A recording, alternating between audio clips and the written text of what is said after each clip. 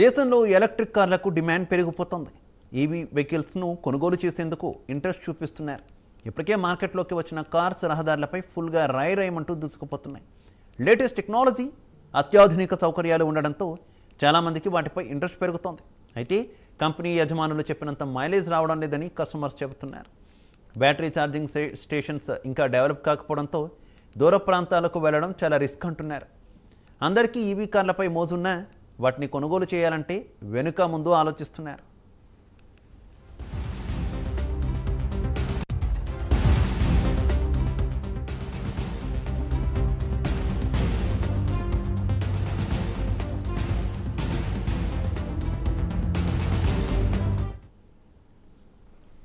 వివిధ వాహన తయారీ సంస్థలు కూడా ఎలక్ట్రిక్ వాహనాల ఉత్పత్తిపై దృష్టి పెడుతున్నాయి. ముఖ్యంగా ఎలక్ట్రిక్ కార్ సేల్స్ ఇటీవల బాగా పెరిగాయి. వాహన ఉత్పత్తి సంస్థలు ఎలక్ట్రిక్ కార్స్ రీసెర్చ్ అండ్ డెవలప్మెంట్పై ప్రధానంగా దృష్టి పెడుతున్నాయి. బ్యాటరీ పవర్ను పెంచడం నుంచి వాహనాన్ని తక్కువ బరువుతో దృఢంగా రూపొందించేందుకు వివిధ అంశాలపై దృష్టి పెడుతున్నాయి.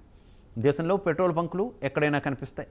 ఏ మారుమూల ప్రాంతానికి వెళ్ళినా పెట్రోల్ లేదా డీజిల్ లభిస్తుంది. దశాబ్దాలుగా రూపొందించిన ఇన్ఫ్రాస్ట్రక్చర్ అది.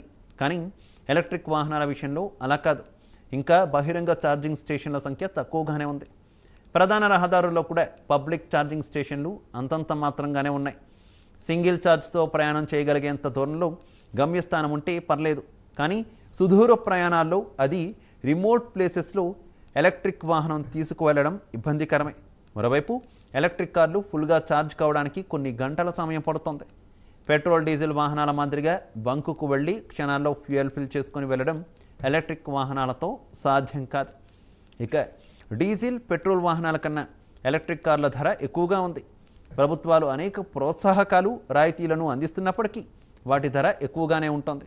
అదీ కాక కొంతకాలం వినియోగించిన తర్వాత బ్యాటరీ ప్యాక్ను మార్చాల్సి వస్తే అది మరింత ఖరీదైన వ్యవహారంగా తేలుతుంది. ఈవీని కొనుగోలు చేసే ముందు రోజువారీగా లేదా వారానికి లేదా నెలవారీ ప్రయాణానికి దూరాన్ని పరిశీలించి నిర్వహణ ఖర్చులపై లెక్కించి నిర్ణయం తీసుకోవడం బెటర్ అంటున్నారు ఎక్స్పర్ట్స్.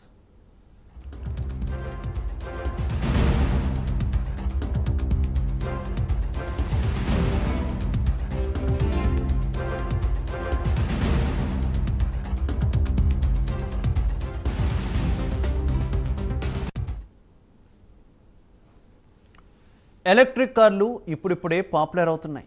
వాటిని కొన్నాక ఇవి తిరిగి అమ్మేయాలనుకుంటే ఎంత మొత్తం రీసేల్ వాల్యూగా లభిస్తుందో తెలియడం లేదు. ఇక ప్రీ ఓన్డ్ కార్లలో ఈవీల సంఖ్య చాలా తక్కువగా ఉంది. బ్యాటరీ లైఫ్పై అనుమానాలతో చాలామంది యూజ్డ్ ఈవీలను కొనుగోలు చేయాలనుకోరు. అందువల్ల రీసేల్ వాల్యూను కూడా దృష్టిలో పెట్టుకొని ఈవీ కొనుగోలుపై నిర్ణయం తీసుకోవాలని సూచిస్తున్నారు.